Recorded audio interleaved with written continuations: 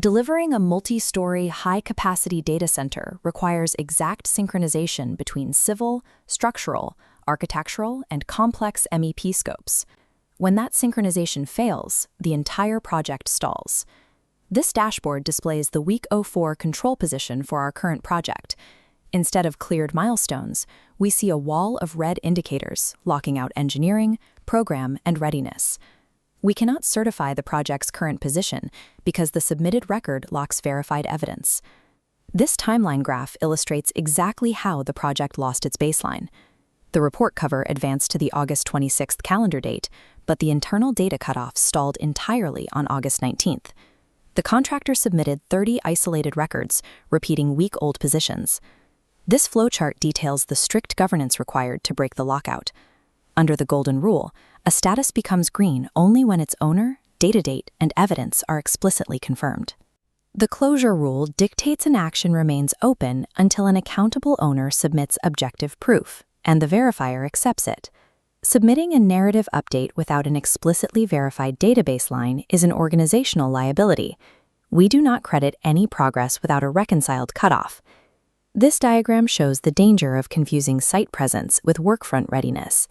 The contractor mobilized 92 personnel and 28 plant units. However, lacking current issued for construction drawings, approved method statements, and authority permits, all 92 workers are trapped behind a closed readiness gate. This critical path diagram highlights the immediate consequence. The August 29th board pile target is imminent, yet warning flags sit on permits, design revisions, and utility clearances. We cannot release this workfront until we have a logic-linked signed clearance decisions.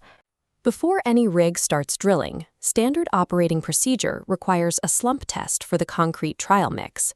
We fill a standard Abrams cone in 3 equal layers, rotting each layer 25 times to remove voids.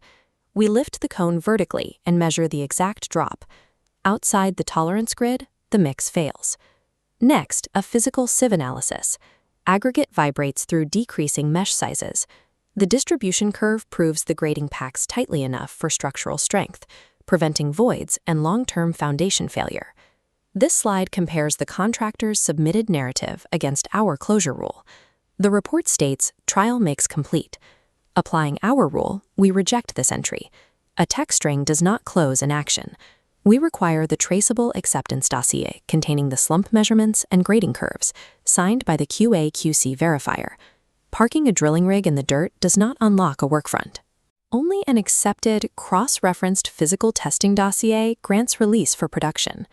This diagram tracks the leading release risk, the engineering black hole. The contractor reported 39 submissions for RFIs and material approvals, with 0 replies and no aging data. We troubleshoot by anchoring submissions to reality, escalating any document overdue against its SLA or physical construction need date. This process arrow maps the long lead equipment procurement path. Chillers, switchboards, and generators all hit their targets between September 3rd and October 3rd.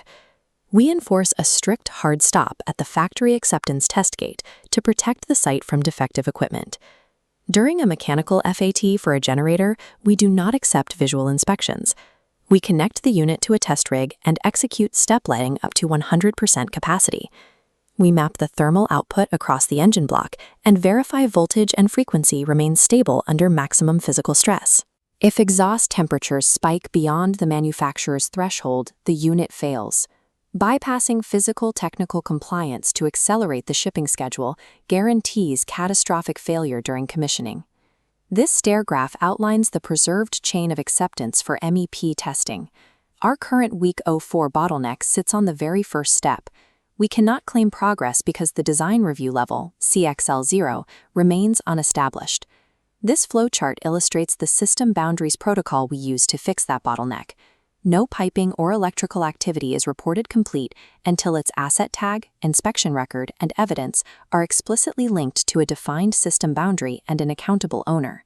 We also face parallel reporting failures, where head office updates conflict with site instructions. We resolve this by publishing one unified RACI matrix and enforcing a single reporting rhythm across the entire delivery team. This matrix contrasts our safety data. Relying on a zero incidence report from a week-old cutoff creates a dangerous false sense of security. We require a leading controls matrix. We test safety by confirming that specific permit isolations align precisely with current drawings on the active workfront. Complex MEP systems and dynamic site hazards demand real-time, leading controls, tested directly against physical evidence. This checklist outlines exact mandates to unlock Week 05. First, reconcile all movement to an August 26th baseline. Second, require a signed decision for board pile release. Third, resolve critical path engineering aging. Finally, lock MEP governance. Every KPI must carry a data date, owner, and evidence record. Enforcing these exact constraints strips away the illusion of progress, replacing narrative guesswork with highly predictable, controlled project delivery.